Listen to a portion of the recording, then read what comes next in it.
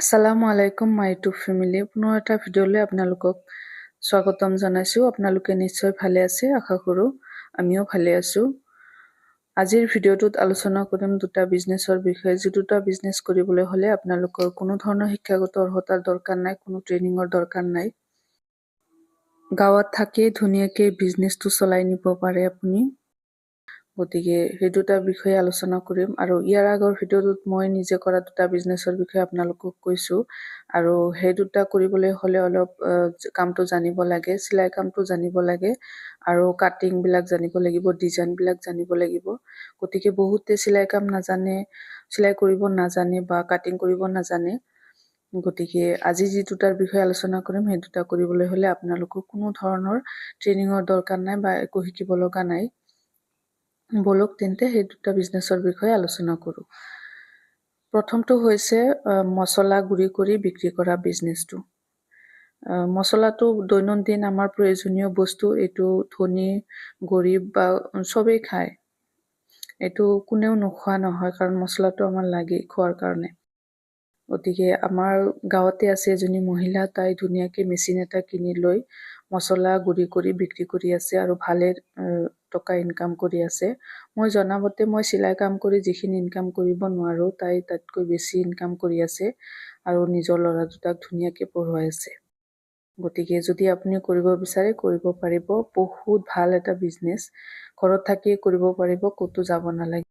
মাত্ৰ মছলাখিনি আপুনি কিনি আনিব লাগিব। গোটা মছলা কিনি আনি সেইবিলাক চাফা কৰি শুকুৱাই ধুনীয়াকৈ গুড়ি কৰি ৰাখি দিলে ঘৰৰ পৰাই মানুহে লৈ যায়, ক'তো যাব নালাগে বিক্ৰী কৰিবলৈ বা কোনোবাক ৰিকুৱেষ্টো কৰিব নালাগে, কাৰণ মছলাটো মানুহৰ লাগে বা চবেই খায়। আৰু গাঁৱত থকা মানুহবিলাকে কিন্তু পেকেটৰ মছলা নাখায়, আপোনালোকে জানেই, আমিও নাখাওঁ। কেতিয়াবা মানুহে নিজে মছলা কিনি গুড়ি কৰি লৈ আহে আৰু কেতিয়াবা যিসকলে নোৱাৰে, নিজে সময় নাই, তেওঁলোকে পাউডাৰ কিনি আনিও খায়।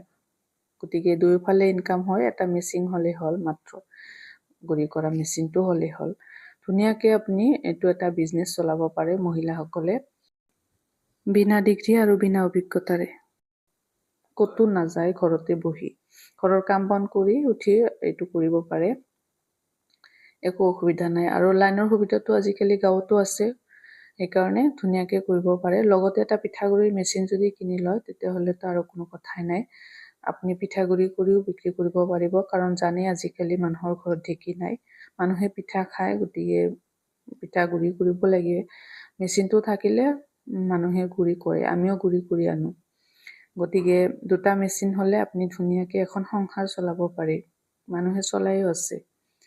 সেইকাৰণে কৈছোঁ, গাঁৱত থাকি যদি কিবা কৰিব বিচাৰিছে তেনেহ'লে এইটো কৰিব পাৰে। ধুনীয়া এটা বিজনেছৰ আইডিয়া।